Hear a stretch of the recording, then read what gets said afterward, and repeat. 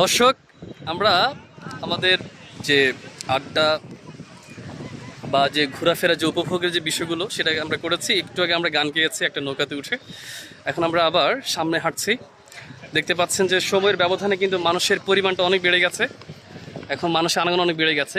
কত সুন্দর লাগে দেখতে, মানে এত চমৎকার পরিবেশ। আসলেই আসলেই মানে আপনি মুগ্ধ হয়ে যাবেন আর কি, যেটা আমি খুব সাধারণত বেশি ব্যবহার করি, মুগ্ধ হয়ে যাওয়া। আসলে এই মুগ্ধ শব্দের মধ্যে একটা মুগ্ধতা আছে, ঠিক কিনা? আমার সাথে আমার ভাইরা আছে, এখনো তারাই আছে। আমরা ঘুরছি আর চেষ্টা করছি আপনাদের সাথে রাখার জন্য, তার জন্য ভিডিও করছি। আশা করছি যারা এখানে এসেছেন তারা তো চিনবেনই, যারা আসেননি এখনো। এটা হচ্ছে মেঘনার পাড়, লক্ষ্মীপুরে অবস্থিত। জায়গাটার নাম হচ্ছে আলেকজান্ডার চেয়ারম্যান ঘাট। এর আশেপাশে আমরা আছি। যারা অন্য জেলায় আছেন, অনেক দূরে থাকেন, তারা চাইলে ছোটোখাটো ট্যুর দিতে পারেন এখানে এসে। ঢাকা থেকে পাশাপাশি পরিবার নিয়ে আসতে পারেন, স্টুডেন্টকে নিয়ে আসতে পারেন, ভালো লাগবে সব কিছু মিলিয়ে।